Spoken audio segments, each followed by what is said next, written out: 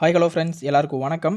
இன்றைக்கி மார்க்கெட் ஓப்பன்னு பார்க்கும்போது 22,447 ஓப்பன் கொடுத்துருக்காங்க. இன்றைக்கி அதிகபட்சமாக போனது 22,447 தான், ஓகேங்களா. ஆனால் இன்றைக்கி 22,349 வரைக்குமே மார்க்கெட் இறக்கம் கொடுத்துருக்காங்க. ஸோ ஓப்பன்லேருந்தே நல்ல ஒரு இறக்கம் தான் வந்துட்டு கண்டினியூவாக ஃபாலோ ஆகிருக்கு, ஓகேங்களா. இன்றைக்கி க்ளோசிங்னு பார்க்கும்போது கிட்டத்தட்ட 22,368 இன்றைக்கி க்ளோஸ் பண்ணியிருக்காங்க. இன்றைக்கி மார்க்கெட் வந்துட்டு நல்ல ஒரு கேப் அப்பில் ஓப்பன் பண்ணியிருந்தாலும் ஓப்பன் ஆன டைம்லேருந்து கிட்டத்தட்ட 79 புள்ளிகள் வந்துட்டு இன்றைக்கி இறக்கம் அப்படிங்கிறது நடந்திருக்கு. ப்ரீவியஸ் க்ளோஸை வந்துட்டு நம்ம கம்பேர் பண்ணும்போது கிட்டத்தட்ட ஒரு 31 புள்ளிகள் வந்துட்டு மேல் நோக்கி தான் இன்றைக்கி முடிச்சிருக்காங்க. கிட்டத்தட்ட ஒரு 0.14% வந்துட்டு ஏற்றம் இன்றைக்கி நடந்திருக்கு, ஓகேங்களா. மார்க்கெட்டோட மற்ற இண்டெக்ஸில் நல்ல ஒரு ஃப்ளாட்டான கண்டிஷனில் தான் வந்துட்டு இன்றைக்கி முடிச்சிருக்காங்க, ஓகேங்களா. பேங்க் நிஃப்டியை பொறுத்தளவுக்கும் இன்றைக்கி வெறும் 45 புள்ளிகள் தான் ஏற்றம் கொடுத்துருக்காங்க. ப்ரைவேட் வங்கி பங்குகளை பொறுத்தளவுக்கு 25 புள்ளிகள் வந்துட்டு ஏற்றம் கொடுத்துருக்காங்க. பிஎஸ்சி வங்கி பங்குகளை பொறுத்தளவுக்கு வெறும் 3 புள்ளிகள் தான் வந்துட்டு ஏற்றம் கொடுத்து ரொம்பவும் ஃப்ளாட்டான நிலைமையில தான் வந்துட்டு இன்றைக்கி முடிச்சிருக்காங்க. ஃபின் நிஃப்டியை பொறுத்தளவுக்கும் 7 புள்ளிகளும், ஐடியை பொறுத்தளவுக்கு 175 புள்ளிகள் வந்துட்டு இன்றைக்கி ஏற்றம் கொடுத்துருக்காங்க. ஐடி இன்றைக்கி ஓரளவுக்கு நல்லாவே பர்ஃபார்மன்ஸையும் கொடுத்துருக்காங்க. கிட்டத்தட்ட 0.52% வந்துட்டு இன்றைக்கி மேலே நகர்ந்துருக்காங்க, ஓகேங்களா. அடுத்ததான் இன்றைக்கி ஸ்மால் கேப் அண்ட் மிட் கேப்பும் வந்து நல்ல விதமான பர்ஃபார்மன்ஸை கொடுத்துருக்காங்க. அதிகபட்சமாக இன்றைக்கி மிட் கேப் வந்துட்டு கிட்டத்தட்ட ஒரு 518 புள்ளிகள் அப்படிங்கிற மாதிரி ஏற்றம் கொடுத்துருக்காங்க. ஆனால் பர்சன்டேஜ் வைஸ் பார்க்கும்போது கிட்டத்தட்ட ஸ்மால் கேப் பங்குகள் வந்துட்டு ஒரு 1.23% வந்துட்டு மேல் நோக்கி நகர்ந்துருக்காங்க. 202 புள்ளிகள் வந்துட்டு ஏற்றம் அப்படிங்கிறது இன்றைக்கி நடந்திருக்கு, ஓகேங்களா. ரியாலிட்டி பங்குகள் வந்துட்டு 24 புள்ளிகள் வந்துட்டு ஏற்றம் நடந்து கிட்டத்தட்ட இன்றைக்கி மட்டுமே 2.5% வந்துட்டு இம்ப்ரூவ்மெண்ட் அப்படிங்கிறது நடந்திருக்கு, ஓகேங்களா. இதுதான் மார்க்கெட் பற்றின ஒரு முக்கியமான நிலவரமாக இருக்குது. அடுத்ததான் நம்ம ரெகுலராக ஃபாலோ பண்ணிட்டு இருக்க சில முக்கியமான பங்குகளில் வந்த சில இம்பார்ட்டன்ட் நியூஸ் பற்றி தான் டீட்டெயில்டாக அனலைசிஸ் பண்ண போகிறோம். அதை பற்றி இப்போ பார்க்கலாம் வாங்க. அதில் முதல்ல வந்துட்டு உங்களுக்கு ஒரு கிளாரிஃபிகேஷன் கொடுக்கணும். நிறைய நண்பர்கள் வந்துட்டு இந்த வோடாஃபோன் ஐடியாவோட இந்த FBO ஃபாலோ ஆன் பப்ளிக் ஆஃபரை பற்றி நிறைய பேர் கேட்டிருக்கீங்க. பிரதர், இதை பற்றி ஏன் நீங்கள் பேச மாட்டீங்க அப்படிங்கிற மாதிரி. ஆனால் இதுக்கு முன்னாடி சில வீடியோஸை நீங்கள் ஃபாலோ பண்ணியிருந்தீங்கன்னா அது உங்களுக்கு தெரிஞ்சிருக்கும். நான் இந்த வோடாஃபோன் ஐடியா ஷேர் பற்றி எந்த அளவுக்கு புரிதல் இருக்கேன் அப்படிங்கிறது. என்னதான் வந்துட்டு இன்றைக்கி கிட்டத்தட்ட ஒரு 6.36% வந்து சப்ஸ்கிரிப்ஷன் முடிஞ்சிருக்கு. இன்றைக்கி மட்டுமே கிட்டத்தட்ட 5% மேலே வந்துட்டு இந்த பங்கு மேலேயும் போயிருக்காங்க வோடாஃபோன் ஐடியா பொறுத்தளவுக்கும்.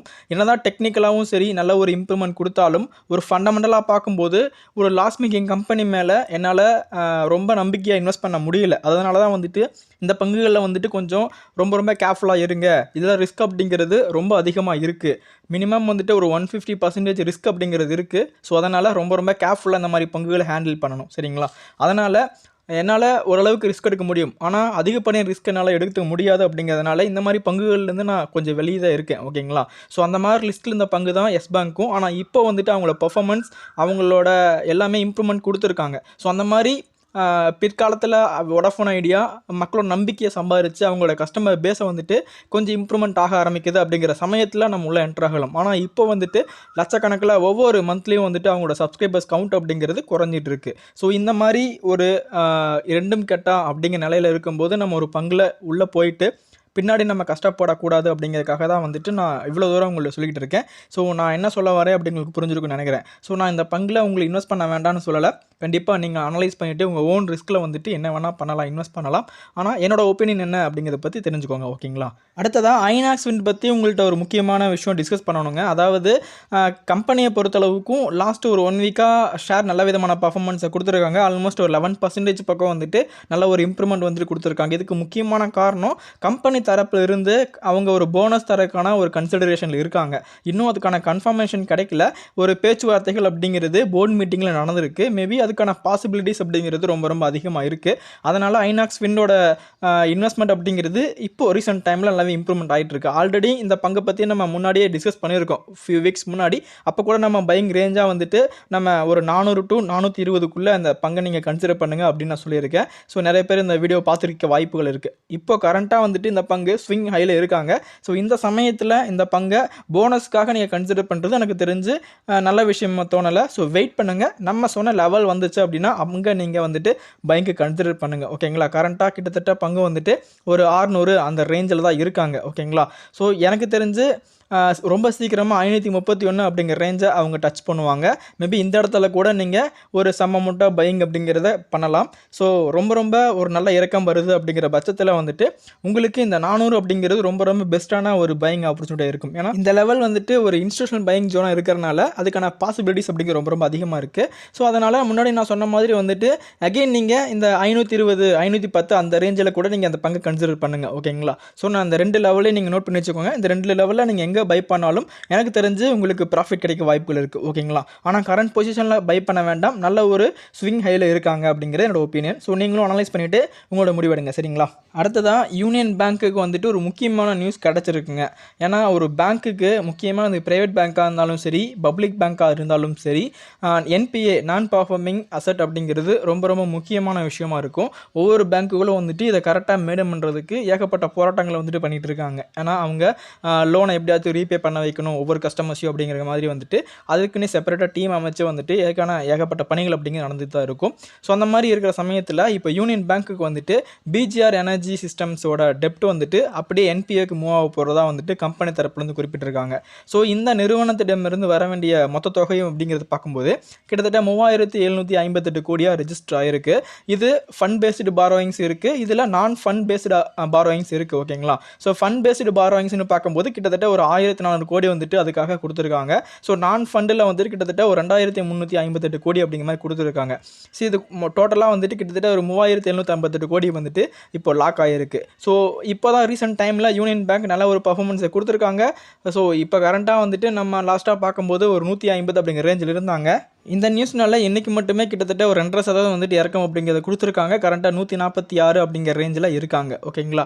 ஸோ இதனால் பாதிப்பு வந்துட்டு இன்னும் வரும் வாய்ப்புகள் இருக்குது. ஓகேங்களா? ஸோ ஆல்ரெடி நம்ம சொல்லியிருக்கோம், இப்போதைக்கு பிஎஸ்சி வங்கி பங்குகளை நம்ம இன்வெஸ்ட்மெண்ட் வந்துட்டு பாஸ் பண்ணி வச்சுருக்கோம். இப்போதைக்கு நம்ம கையில் இருக்கிற ஒரே பங்கு என்ன அப்படின்னா பஞ்சாப் நேஷனல் பேங்க் மட்டும்தான். ஓகேங்களா? ஸோ வெயிட் பண்ணுங்கள், நல்ல ஒரு டைமில் எந்தெந்த பிஎஸ்சி வங்கி பங்குகளை வந்துட்டு நம்ம கன்சிடர் பண்ணலாம் அப்படிங்கிறத பற்றி பேசலாம்.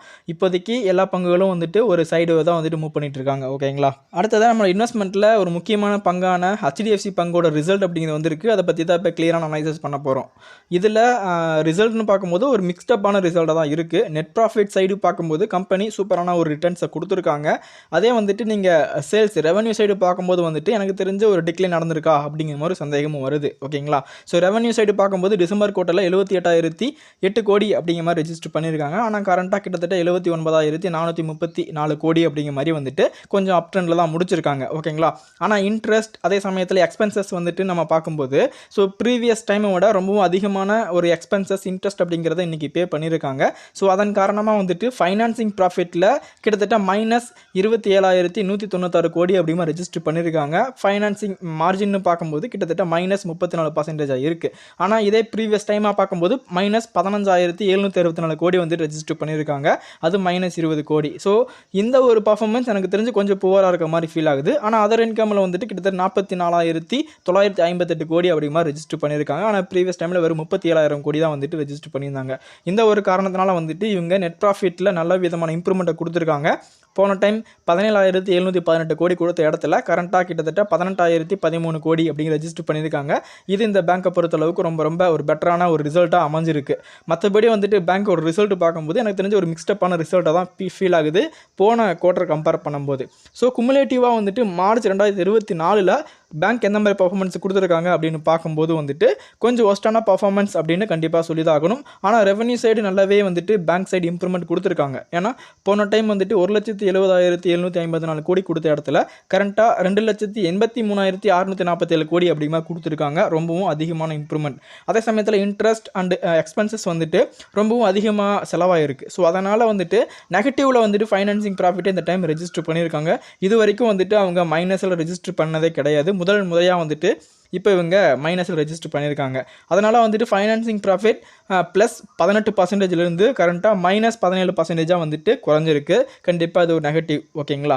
அதே போல் அதர் இன்கம் சைடு பார்க்கும்போதும் கிட்டத்தட்ட 1,24,000 கோடி வந்துட்டு ஏர்ன் பண்ணியிருக்காங்க இந்த இயரில் மட்டுமே, ஃபினான்ஷியல் 2024. அதனால் வந்துட்டு இவங்க நெட் ப்ராஃபிட் சைடு கொஞ்சம் தப்பிச்சுட்டாங்க. ஏன்னா போன டைம் வந்துட்டு 46,149 கோடி கொடுத்த இடத்துல கரண்ட்டாக 65,446 கோடி அப்படிங்கிற ரெஜிஸ்டர் பண்ணி ஓரளவுக்கு தப்பிச்சிட்டாங்க அப்படின்னு சொல்லணும். அதனால தான் நான் சொல்லியிருந்தேன், ஒரு மிக்ஸ்டப்பான ரிசல்ட் வந்துட்டு இந்த டைம் HDFC கொடுத்துருக்காங்க. அதனால தான் கண்டினியூவாக வந்துட்டு 2வது நாள் இறக்கம் அப்படிங்கிறது இந்த பங்கில் நடந்துட்டு இருக்கு. இன்றைக்கி மட்டுமே கிட்டத்தட்ட ஒரு 1% வந்துட்டு இறங்கியிருக்காங்க. நான் என்ன ஃபீல் பண்ணேன் அப்படின்னா, ஸோ கண்டிப்பாக திரும்பவும் 2,000 அந்த ரேஞ்சுக்கு இவங்க இம்ப்ரூவ்மெண்ட் கொடுப்பாங்க அப்படின்னு எதிர்பார்த்துட்டு இருந்தேன். ஸோ இந்த ஒரு ரிசல்ட் செட்பேக்னால வந்துட்டு கொஞ்சம் மெதுவாக தான் வந்துட்டு இவங்க மேலே போகிறக்கான வாய்ப்புகள் இருக்குது. ஓகேங்களா, என்னை பொறுத்தளவுக்கும் இன்னும் கொஞ்சம் டைம் எடுத்துக்கிட்டு ஸோ அதுக்கப்புறம் கன்சல்டேட் ஆகி திரும்பவும் மேலே போகிறக்கான வாய்ப்புகள் இந்த பங்கு பொறுத்தளவு கொஞ்சம் அதிகமாக இருக்குங்க. ஓகேங்களா, ஆனாலும் நான் சொல்கிறேன், கண்டிப்பாக இந்த பங்கு 2,000 ரீச் பண்ணுறதுக்கான வாய்ப்புகள் ரொம்ப அதிகமாக இருக்குது. இந்த மாதிரி கன்சாலிடேஷன் நல்லா இறக்கத்தில் வந்து இந்த பங்குகளை கண்டிப்பாக கன்சிடர் பண்ணுங்கள். ஆல்ரெடி இந்த பங்கு வந்துட்டு நம்ம 1,380 1,400 அந்த ரேஞ்சில் நிறையவே அக்குமுலேட் அப்படிங்கிறத பண்ணி வச்சுருக்கோம். உங்களையும் நிறைய பேரை வந்துட்டு நான் பண்ண சொல்லியிருக்கேன். எவ்வளோ பேர் இந்த பங்கை வாங்கியிருக்கீங்க அப்படிங்கிறத மறக்காமல் கமெண்ட்டில் சொல்லுங்கள். இந்த லைனப்பில் வந்துட்டு நீங்கள் மீண்டும் அதே டெய்லி வந்துட்டு கன்சிடர் பண்ண வேண்டியது HDFCயை வந்துட்டு கன்சிடர் பண்ணுங்கள். இப்போ நம்ம சொன்னது அதே சமயத்தில் ITCயை வந்துட்டு கன்சிடர் பண்ணுங்கள். சேம் வந்துட்டு ஜொமோட்டோவை கொஞ்சம் கொஞ்சமாக வந்துட்டு அக்குமுலேட் பண்ணுங்கள். சுவிட்சர்லாந்து ரொம்பவும் அட்ராக்டிவாக இருக்குது, அதை கன்சிடர் பண்ணுங்கள். எஸ் பேங்க்கும் வந்துட்டு ரீசெண்ட் டைம் நல்ல பெர்ஃபார்மன்ஸ் கொடுக்குறாங்க, அவங்களையும் கன்சிடர் பண்ணுங்கள். அடுத்ததாக IDFC வந்துட்டு ரொம்பவும் ஒரு சைடுவே வந்துட்டு ஃபார்ம் பண்ணிட்டு இருக்காங்க. நல்ல விதம் இம்ப்ரூவ்மெண்ட் வந்துட்டு ஃபியூச்சரில் கொடுக்கணும் வாய்ப்பு அதிகமாக இருக்குது, கன்சிடர் பண்ணுங்கள். TMP பேங்க்கில் வந்துட்டு மீண்டும் நல்ல ஒரு வாய்ப்பு வரப்போகுது, அதை பற்றி நம்ம டிஸ்கஸ் பண்ணலாம். அந்த பேங்கையும் வந்துட்டு கொஞ்சம் கொஞ்சமாக கன்சிடர் பண்ண ஸ்டார்ட் பண்ணுங்கள். இந்த மாதிரி நிறையா வந்துட்டு பங்குகள் இருக்குது, ஒவ்வொன்றா பற்றியும் நம்ம ரெகுலராக பார்க்கலாம். ஓகேங்களா, இதுதான் இன்றைக்கி நான் உங்கள்கிட்ட டிஸ்கஸ் பண்ண வந்த முக்கியமான நியூஸ். எல்லாமே உங்களுக்கு ரொம்பவும் கிளியராக புரிஞ்சுக்க வாய்ப்புகள் அதிகமாக இருக்குது. இந்த வீடியோ உங்களுக்கு பிடிச்சிருந்தால் லைக் பண்ணிக்கோங்க. மீண்டும் இன்ட்ரெஸ்டிங்கான ஒரு வீடியோவில் மீட் பண்ணலாம். இந்த வீடியோ டவுட் இருந்தாலும் அதை கமெண்ட்டில் கேளுங்க, நம்ம டிஸ்கஸ் பண்ணலாம். மீண்டும் ஒரு இன்ட்ரெஸ்டிங்கான வீடியோவில் பார்க்கலாம். தேங்க்ஸ் ஃபார் வாட்சிங் ஃப்ரெண்ட்ஸ்.